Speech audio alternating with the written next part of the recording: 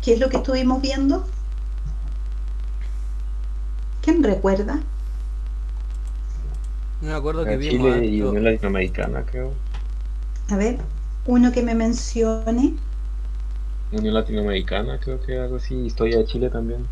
Ya, bien, Bueno, historia de eso te Chile. ¿Qué contaré. más? ¿Y qué más? Pues, que me acuerdo de eso. No se acuerda mucho, parece. Yo, Ya, veamos luego, entonces. luego yo Profe, me. ¿cómo fue Cuéntame. la pregunta? Sí,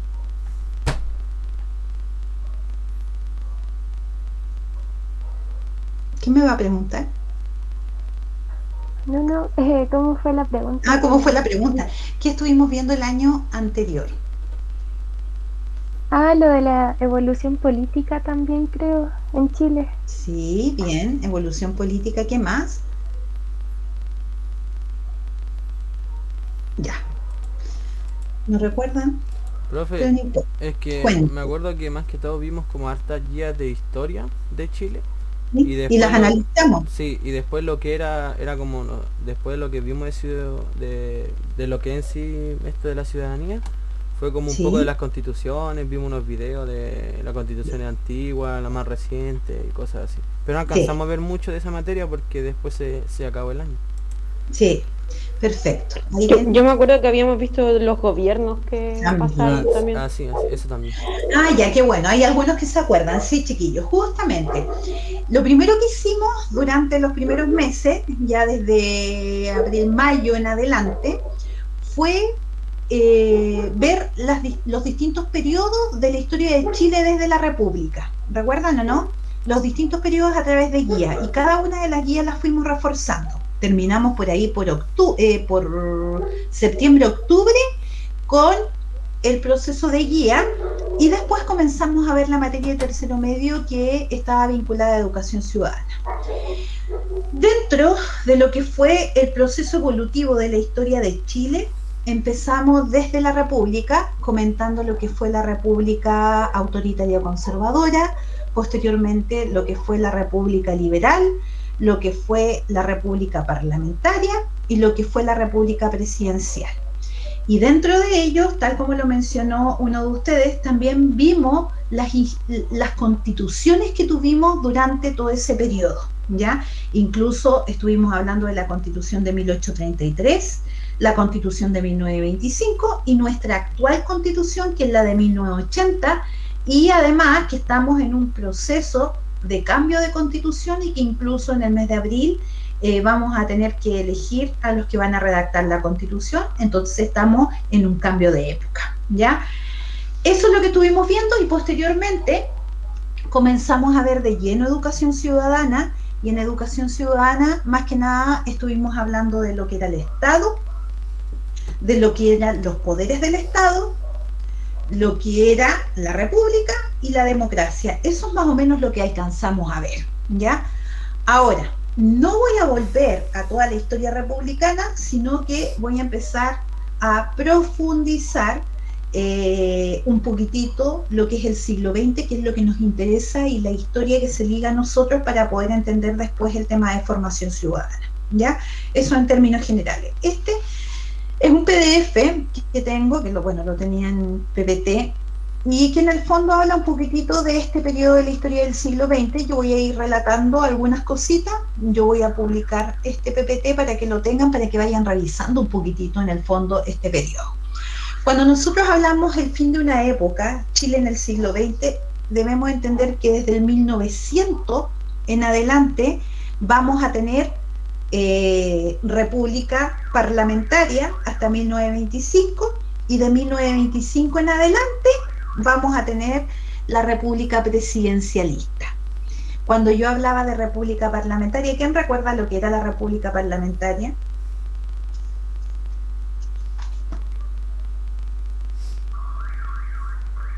¿Recuerdan en qué consistía?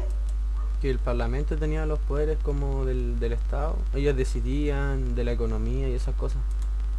Ya, aquí alguna cosita parecía, correcto. Recuerden que el Parlamento de nuestro Chile, porque es bien distinto a lo que es al parlamentarismo inglés, que es de donde se origina, el parlamentarismo chileno, incluso se le conoce como parlamentarismo a la chilena, era justamente que el parlamento tenía un dominio enorme y que incluso provocaba un estancamiento en relación a lo que establecía el presidente, ¿ya? Tal como lo dice, parlamento domina, a diferencia del presidencialismo, que el presidente es quien tiene el poder, ¿ya? Esa es la diferencia, pero hubo tantas crisis producto de ese parlamentarismo, tantas crisis, que terminó justamente con la Constitución de 1833, que había sido incluso sumamente autoritaria, pero tuvo modificaciones durante toda su historia, hasta llegar al año 1924 a 1925, y donde se pone fin, y se pone fin también al parlamentarismo, ¿ya? La verdad es que hubo una crisis enorme y que provocó la llegada del presidencialismo. Siglo XX, siglo chileno, irrupción de las masas. ¿Por qué? Porque resulta que vamos a tener un siglo XX donde hay un empoderamiento, ¿ya?, de los otros sectores de la sociedad. Incluso aquí nosotros tenemos que entender súper bien, chiquillos, que antes del siglo XX, siglo XIX, siglo XVIII, es una historia de una élite, ¿ya? Estamos hablando de los poderosos, y que incluso hasta el día de hoy existe ciertas tendencias que dicen, en el fondo, Chile siempre ha sido dominado por una élite. O sea, son unos grupos, unos sectores de la sociedad los que deciden, ¿ya? Pero con la diferencia que hoy en día el voto es masivo, el voto es universal, por lo tanto también entre todos podemos decidir si ellos continúan o no continúan, ¿ya? Por eso hoy día se pone dentro de la ciudadanía un tema que es relevante, que es decir, no elijamos siempre a los mismos y démosle posibilidades a los otros, por lo mismo, porque siempre hemos sido gobernados por ciertos grupos, ¿ya? Entonces, a partir del siglo XX nos vamos a encontrar que ya desde la década del 50, 1949 en adelante, el voto se transforma en universal, ya las mujeres pueden votar, y ya cuando estamos hablando de esto significa que existe una mayor representatividad, a pesar de los comportamientos que vamos a tener y que vamos a ir analizando hasta el día de hoy. Bien. Fin del parlamentarismo. ¿Qué significa? Cambio de constitución, donde el parlamento ya no tiene el dominio, sino que la nueva constitución establece que el dominio, el poder, la decisión pasa también por el presidente de la República, que también es importante que nosotros sepamos que en nuestro país existen tres poderes. El poder, ¿cuáles son los tres poderes del Estado? Y ahí vamos agregando cositas de educación ciudadana. ¿Cuáles son los poderes del Estado? El poder judicial, legislativo y no recuerdo el otro. ¿Quién le ayuda? ¿Quién le ayuda, compañero? Judicial, legislativo. Ejecutivo. Ejecutivo. ¿Ah? Ahí estaba. Exacto. Los tres poderes del Estado, chiquillos, no lo olvidemos, desde aquí ahora no pueden olvidar. Los tres poderes del Estado son ejecutivo, legislativo y judicial. Recuerden que los vimos el año pasado y comentábamos. El ejecutivo, ¿en quién recae? ¿En quién recae el poder ejecutivo?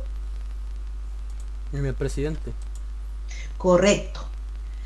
Y cuando hablamos de que el ejecutivo recae en el presidente, significa también que debemos entender que el presidente trabaja con los ministros, y los ministros son cargos de confianza y que obedecen a distintas carteras, salud, educación, entre muchas más, ¿ya? Ese es el ejecutivo. El ejecutivo recae en el presidente de la República, quien dirige el país, ¿ya? Además de múltiples funciones que tiene, que ya las vamos a ver. Luego tenemos el legislativo, legisla, hace leyes. ¿En quién recae? En el Parlamento o Congreso, ¿ya? En nuestro país, el poder legislativo es de orden bicameral. Dos cámaras, la Cámara Alta, senadores, y la Cámara Baja, diputados, que ya vamos a ver también en qué consiste cada una de las cámaras. ¿Cuál es la tarea de ellos en general? Hacer leyes. hacer leyes para la ciudadanía. Ese es el objetivo. Y, por último, el poder judicial, que recae en los tribunales de la Corte Suprema a través de los tribunales de justicia. Ese poder es bastante engorroso, ¿ya? Es como, tiene muchas áreas, distintas áreas dentro de la justicia, que también lo vamos a mencionar. Entonces, en términos concretos, debemos saber que nuestro sistema, nuestro Estado, nuestra República, tiene 3 poderes, que son los llamados poderes del Estado: ejecutivo, legislativo y judicial. Ahora, cuando nosotros hablamos del fin del parlamentarismo, estamos hablando que prácticamente el parlamentarismo a la chilena, no se olviden, que deja de dominar este poder, que en el fondo de lo que más se preocupó antes de 1925 el Parlamento, de acusar al Poder Ejecutivo y a sus ministros, ya, de que no estaban haciendo la pega, y eso provocó una crisis porque lo único que pasaba era que los ministerios se tenían que cambiar, los ministros constantemente, una rotativa ministerial, ya, en vez de hacer leyes. Incluso aparecen como varios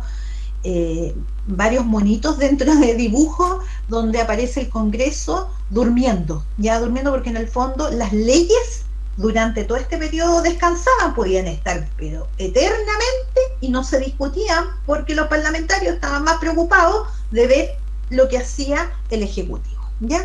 Y eso provocó una crisis y llevó justamente al cambio de la Constitución. Y eso significa que el presidente Alessandri comienza las reformas, él vuelve de un exilio, vuelve a la presidencia, pero ya desde otra perspectiva, con un presidencialismo, ¿ya? Incluso uno de los hechos más conocidos fue el ruido de sable, que en el fondo para generar cambio, los militares fueron a manifestarse y de esta forma lograron que el presidente los apoyara y comenzó realmente este proceso de reforma, ¿ya? En eso terminó. Este llamado ruido de sable se entiende porque el ruido que ejercían los sables y que era una forma de protestar que tuvieron los militares, quería reforma en todos los aspectos. Primero ellos exigían contrato de trabajo, seguro, que se les reconociera, y a partir de ello empezó un cambio rotundo en la sociedad también chilena de aquella época, ¿ya? Luego vienen distintos gobiernos, voy a ir recordando y me voy a detener solamente en lo más relevante que ustedes tienen que recordar, ¿ya? Ahí vienen unas grandes reformas y que termina justamente con la constitución con el fin del parlamentarismo y la aparición de la Constitución del 25.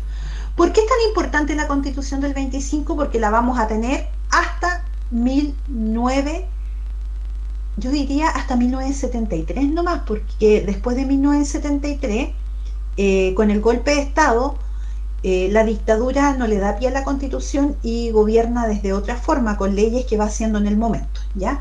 La Constitución de 1925, recordemos que una Constitución es la ley fundamental de una nación, en ella descansan y emanan leyes.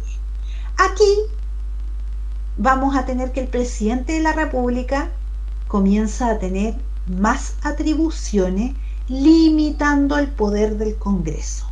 Es decir, ya no estamos en presencia de un parlamentarismo. Y además, el presidente va a tener un carácter de colegislador, y hoy día la Constitución de 1980 también tiene un carácter de colegislador, que significa que el presidente también participa en la formación de leyes, ¿ya? El presidente va a durar 6 años, ¿ya? Hoy día no dura 6 años. ¿Cuánto dura hoy día la Constitución de 1980? 4. Perfecto. Bien, en aquella época dura 6 años con la Constitución del 25. Se separó la Iglesia del Estado. ¿Qué significa eso? ¿Las leyes laicas o la cuestión o nada que ver? Bueno, las leyes laicas comenzaron mucho antes con las reformas liberales, durante la República Liberal, pero sí tiene un vínculo. Las leyes laicas tienen que ver justamente ya que el Estado se separa de la Iglesia Católica en forma definitiva. Y justamente su génesis fue con las leyes laicas, cuando el Estado le dice, no, pues, la Iglesia no se puede encargar de todas las temáticas. Y el Estado es quien debe tomar ese protagonismo. Ejemplo, recuerden con las leyes laicas, ¿qué es lo que se estableció con las leyes laicas? Lo del matrimonio que fuera civil y Correcto. también lo de los cementerios que ahora Perfecto. en vez de las fosas comunes ahora iban a tener el cementerio general. Correcto. Perfecto. Significa que temas que abordaba la Iglesia Católica o estaban a cargo de la Iglesia Católica pasaron a manos del Estado. Ese fue en el periodo de la República Liberal, pero ahora queda netamente consignado en nuestra Constitución que estamos separados de la Iglesia Católica. Y es más, va a existir una libertad de culto. Pasamos a ser una sociedad laica. La Constitución de 1833, que era la que teníamos anteriormente, estábamos de la mano y se reconocía solamente la Iglesia Católica Apostólica Romana, ¿ya? Ahora no, ahora somos una sociedad laica y cada uno decide qué religión tiene. Se crea un tricel, que en el fondo estamos hablando de este Tribunal Calificador de Elecciones, ¿ya? Que va a permitir regular las elecciones, porque antes de ello se provocaba mayor corrupción frente a este tema. Incluso recuerden que en los primeros años de la República prácticamente nadie votaba, incluso en uno de los videos que estuvimos viendo era menos del 2% de la población, los únicos que votaban eran los hombres de ciertas élites, de un grupo específico de la sociedad que supiera leer y escribir y además tuviese poder adquisitivo, ¿ya?